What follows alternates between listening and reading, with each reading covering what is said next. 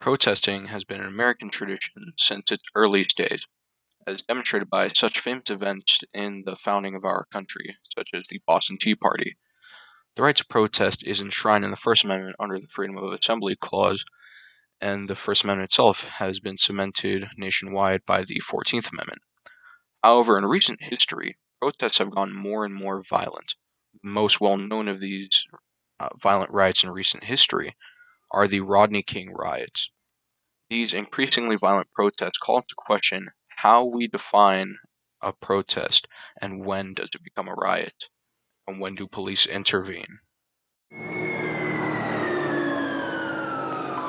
Has reported structure fire for Light 464. We're taking some pretty heavy flak on Adams about Hobart. There's three taken out. We got bottles through the window. Like the full on. Some PD in that area and some fire companies assigned. We have a fireman shot. We need help immediately. There are fires burning, there are people being beaten, there is looting. It is a dangerous night in the city of Los Angeles. First off, I'd like to talk about the constitutional and legal protections that protesting has. First Amendment protections applicable to protesting include freedom of speech, freedom of expression, and most importantly, in the context of protesting, freedom of assembly. Like many other rights enshrined in the First Amendment, the 14th Amendment ensures that these rights cannot be violated by state governments, with the exception to the outbreak of violence. However, in some cases, states are allowed to ban some forms of expression. Generally, these bans are aimed at preventing expression that incites violence or is meant to intimidate. In order for these bans to stand, they can't be instituted to ban certain ideologies, unless the material explicitly calls for violence.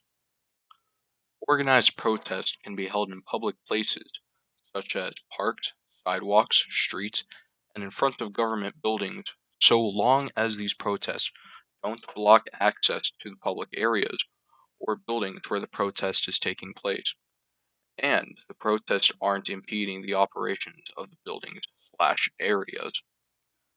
Side note, so long as the organized protests also don't block traffic, they don't need permits. Should organized protests block traffic or interfere with the operations of a building that they are protesting in front of, they would require permits. Speaking of which, permits to protest cannot be denied on the basis of how offensive or disagreeable the ideology of the protest is. The government also cannot use this infrastructure to prevent the protests in response to a current event. Once protesting starts, the government has to treat protesters and counter-protesters equally. Though protests are constitutionally protected, the moment they become riots, constitutional protections are no longer valid, and police have the right to intervene. But how do we define when exactly protests become riots? If a protest presents a clear and present danger, disorder, destruction of property, threat to public safety, or interferes with traffic, law enforcement may issue a dispersal order to end the protest. Should they not disperse, police have the right to apprehend and arrest the protesters. Police also have the right to arrest people before a riot breaks out if the individual has traveled in interstate or foreign commerce or uses any facility of interstate or foreign commerce with the intent to incite, organize, promote, participate in, or carry out a riot.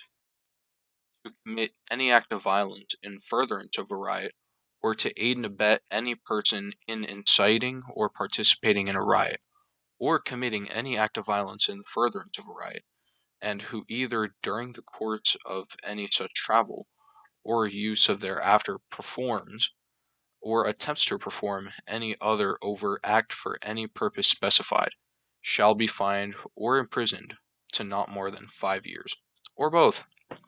It should be noted that protesters also retain the right to film anything and everything in plain view, including interactions with the police. This information is all nice and good, but what about the real world? I will go over two notable recent riots and police responses to both of them. First off, we will talk about the 2020 Black Lives Matter riots and protests. As many news sources from the time would note, most of the protests across the nation in support of BLM were peaceful. However, police response was required to monitor these protests. There's a reason for that.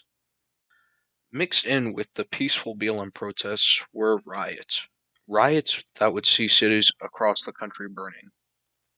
Minneapolis, Minnesota, Kenosha, Wisconsin, Philadelphia, Pennsylvania, Seattle, Washington, and Portland, Oregon were some of the cities that were hit pretty hard by the riots.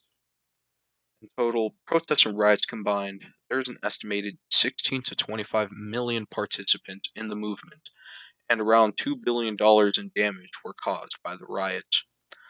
The famous footage of police response during the riots shows how police react to riots as big as the ones associated with the BLM movement. Across the country, videos of police officers attacking peaceful protesters began surfacing on social media. Using tear gas, rubber-tipped bullets, bicycles, and batons, police officers deployed an arsenal of so-called less-than-lethal weapons to suppress protest and disperse crowds. On-the-ground footage from riot participants and news crews show that police deployed tear gas, encircled rioters, and in some cases, resorted using borderline brutal force. Approximately 10 to 14,000 arrests were made in relation to the BLM riots of 2020. With regards to sentencing, many rioters received, quote, slap on the wrist punishment, while other serious offenders received sentences between 2 and 5 years, which is the longest sentence you can receive for just rioting. But at least 10 people were sentenced to longer sentences than that due to crimes other than just rioting being committed. Another riot of similar notoriety is the January 6th Capitol riot, where about 10,000 protesters marched on Capitol grounds, and about 2,000 of which entered the Capitol building. The riot was carried out by a large mob of Trump supporters who believed that the 2020 presidential election results were illegitimate and entered with the intention of stopping Congress from certifying the results of the election. Though the Capitol was pandemonium, the police response during the riot itself was relatively lax, as demonstrated by video evidence of police barely trying to contain the rioters. For the most part, like the BLM protests before it, a lot of the action was just people cracking open Coors Lights in the rotunda, getting photo ops in the building, and kicking their feet up on Speaker of the House Nancy Pelosi's desk. A mob of violent rioters did make it to the Senate chambers, but fortunately, by the time they got there, those involved in the certification of the election results had made a safe evacuation. In the wake of the riot, police arrested more than 840 individuals, with the median sentencing for those arrested being 45 days in jail. In 9 cases, high-profile rioters, such as the previously mentioned guy who kicked his feet up on Nancy Pelosi's desk and the infamous QAnon shaman, aka the Horn Guy, were sentenced to between 2 and 5 years. Options for those in custody for rioting are not limited to just shelling out and posting bail. Some charity organizations, called bail funds, have taken up a mission to help those in need of bail money. These funds typically exist to help those awaiting trial who cannot afford to post bail themselves, nor can they afford to lose the time that they would spend in custody. In recent years, stories have blown up regarding bail funds receiving record donation amounts during the 2020 BLM riots. The one which was featured most prominently in the news was the Minnesota Freedom Fund. During the heat of the riots, the Minnesota Freedom Fund collected and did enough donations to bail out 184 rioters and assist 400 rioters with what they call pretrial justice, which includes court fines, legal fees, and lost wages.